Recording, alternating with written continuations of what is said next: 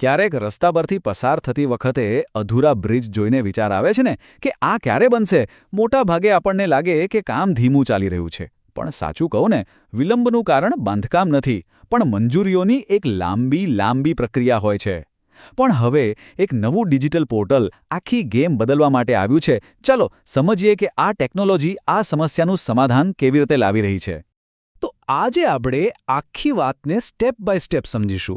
પહેલાં તો એ જોઈશું કે રેલવે બ્રિજ બનવામાં આટલો બધો સમય કેમ લાગતો હતો. પછી આ નવા PRSM જે પોર્ટલ વિશે જાણીશું. અને હા, એ પણ જોઈશું કે કાગળ પર ચાલતું કામ કેવી રીતે એક ડિજિટલ પ્લેટફોર્મ પર આવ્યું, એનાથી કોને ફાયદો થઈ રહ્યો છે, અને આનાથી ભારતનું ભવિષ્ય કેવી રીતે વધુ ઝડપથી બની રહ્યું છે. ઓકે, તો ચાલો શરૂઆત કરીએ મૂળ સમસ્યાથી. કોઈ પણ સોલ્યુશન વિશે વાત કરતા પહેલાં એ સમજવું બહુ જ જરૂરી છે કે આખરે પ્રોબ્લેમ હતી શું? આટલો બધો સમય જતો ક્યાં હતો? આ સવાલ આપણા બધાના મનમાં ક્યારેક ને ક્યારેક આવ્યો જ હશે ખરું ને. ખાસ કરીને જ્યારે આપણે ટ્રાફિકમાં ફસાયા હોઈએ અને બાજુમાં કોઈ પુલનું કામ વર્ષોથી ચાલતું દેખાય, તો આ વિલંબ પાછળનું સાચું કારણ શું છે? જરા વિચારો, 12 મહિના, પૂરા 12 મહિના. અને આ સમય બાંધકામ માટે નહીં હો, આ તો ફક્ત કાગળની કાર્યવાહી અને મંજૂરીઓ માટે જતો હતો.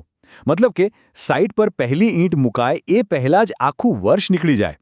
આ જ તો એ મૂળભૂત સમસ્યા હતી જેનો ઉકેલ શોધવો ખૂબ જ જરૂરી બની ગયો હતો. તો હવે જ્યારે આપણને સમસ્યા ખબર છે, ત્યારે વાત કરીએ તેના ઉકેલની. અને અહીં જ એન્ટ્રી થાય છે પ્રિઝમ SG પોર્ટલની, જે આ વર્ષો જૂની કાગળની સમસ્યાનો એકદમ નવો ડિજિટલ જવાબ છે. તો આ પ્રિઝમ SG છે શું? એનું આખું નામ છે portal four rail road inspection and stages management. સરળ ભાષામાં કહીએ તો આ એક ઓનલાઈન પ્લેટફોર્મ છે જેણે બ્રિજને મંજૂરી આપવાની આખી પ્રક્રિયાને ડિજિટલ બનાવી દીધી છે. આમાં પુલ માટે વપરાતા સ્ટીલ ગર્ડર્સની ગુણવત્તા તપાસવાથી માંડીને બધી જ જટિલ પ્રક્રિયાઓનો સમાવેશ છે. આનો મુખ્ય હેતુ એક જ છે: પ્રક્રિયાને સરળ, ઝડપી અને એકદમ પારદર્શક બનાવવી. આ બદલાવ કેટલો મોટો છે એ સમજવા માટે ચાલો જૂની અને નવી સિસ્ટમની સરખામણી કરીએ, કારણ કે આ કોઈ નાનો મોટો સુધારો નથી, પણ કામ કરવાની પદ્ધતિમાં આવેલી એક ક્રાંતિ છે. જુઓ, પહેલાંની સિસ્ટમ એક ભૂલાવણી જેવી હતી. સાચે જ, ફાઇલોના ઢગલા એક ટેબલથી બીજા ટેબલ પર ફરતા રહેતા. અલગ વિભાગો વચ્ચે તોય તાલમેલ જ નહીં. અને પ્રોજેક્ટ અત્યારે ક્યાં પહોંચ્યો છે, કઈ ફાઇલ ક્યાં અટકી છે, એ જાણવું તો લગભગ અશક્ય હતું. આ બધી ગૂંચવણને કારણે જ મહિનાઓ અને ક્યારેક તો વર્ષો નીકળી જતા હતા. અને હવે આ જુઓ, બધું જ ઓનલાઈન. પ્રિઝમ SG પોર્ટલ પર ક્વોલિટી પ્લાન, બિલ્ડિંગની વિગતો, ડ્રોઈંગ, ઇન્સ્પેક્શન રિપોર્ટ બધું જ એક ક્લિક પર હાજર. કોઈ કાગળની ઝંઝટ નહીં, કોઈ ફાઇલ ખોવાવાનો ડર નહીં, અને એટલે કોઈ બિનજરૂરી વિલંબ પણ નહીં. આનો સીધો અર્થ એ છે કે હવે આખી સિસ્ટમ એન્ડ ટુ એન્ડ છે. મતલબ કે કોન્ટ્રાક્ટર હોય, રેલવે અધિકારી હોય કે પછી ઇન્સ્પેક્શન એજન્સી હોય, બધા જ એક જ પ્લેટફોર્મ પર જોડાયેલા છે. એટલે હવે કોઈ બહાનાબાજીને સ્થાન જ નથી, કારણ કે બધું જ પારદર્શક રીતે સૌની સામે છે. અને આ આંકડા જાતે જ બધું કહી દે છે. જે કામ માટે પહેલાં 12 મહિના લાગી જતા હતા, એ હવે માત્ર 3 થી 4 મહિનામાં થઈ જાય છે. સીધો 75% સમયનો બચાવ.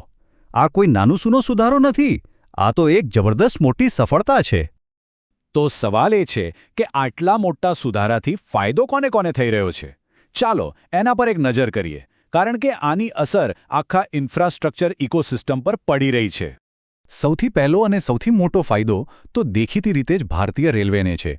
હવે પ્રોજેક્ટ્સ સમયસર પૂરા થશે, જેનાથી ટ્રેનોની અવરજવર સુધરશે અને દેશને નવું ઇન્ફ્રાસ્ટ્રક્ચર ઝડપથી મળશે. આનો અર્થ છે બહેતર કનેક્ટિવિટી અને દેશના વિકાસને નવી ગતિ. જે કંપનીઓ આ પુલ બનાવે છે તેમના માટે પણ આ એક મોટી રાહત છે. હવે તેઓ કાગળની કાર્યવાહીમાં અટવાયા વગર પોતાના મુખ્ય કામ એટલે કે સારામાં સારું બાંધકામ કરવા પર ધ્યાન આપી શકે છે.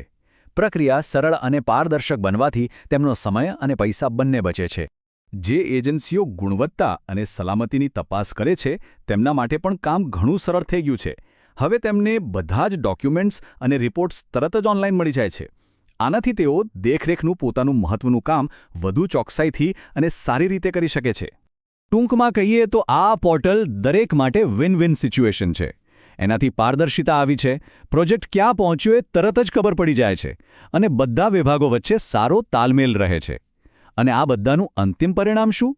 ઝડપી, વધુ સારું અને ઉચ્ચ ગુણવત્તાનું બાંધકામ. ચાલો હવે આને થોડા મોટા પરિપ્રેક્ષ્યમાં જોઈએ. આ માત્ર એક પુલ બનાવવાની પ્રક્રિયા સુધારવા પૂરતું સીમિત નથી. આ તો ડિજિટલ ગવર્નન્સ દ્વારા દેશના ભવિષ્યને વધુ સારો આકાર આપવા તરફનું એક મોટું પગલું છે. આ એક વાક્ય આખી વાતનો સાર કહી દે છે. આ માત્ર એક પોર્ટલ નથી, પણ ટેકનોલોજીનો ઉપયોગ કરીને દેશના શાસનને સુધારવાની અને વિકાસના પ્રોજેક્ટ્સને ગતિ આપવાની દિશામાં એક ખૂબ જ મજબૂત કદમ છે. અને આ બધાનો અંતિમ હેતુ એકદમ સ્પષ્ટ છે. એક વધુ મજબૂત અને વધુ જોડાયેલું ભારત. કારણ કે જ્યારે પુલ ઝડપથી બને છે ત્યારે માત્ર ગાડીઓ જ નહીં પણ દેશની અર્થવ્યવસ્થા પણ ઝડપથી આગળ વધે છે. વેપાર વધે છે, લોકોનું જીવન સરળ બને છે, અને આ જ તો સાચો વિકાસ છે. આ સફળતા આપણને એક સવાલ પર વિચારવા મજબૂર કરે છે. જો રેલવે બ્રિજની મંજૂરીની પ્રક્રિયા આટલી ઝડપી બની શકે તો બીજા એવા કયા સરકારી કામો છે જ્યાં ટેકનોલોજી આવો જ ચમત્કાર કરી શકે છે? પાસપોર્ટની અરજી હોય કે જમીનના દસ્તાવેજો, શક્યતાઓ તો અનંત છે. આ વિશે ચોક્કસ વિચારવા જેવું છે, નહીં?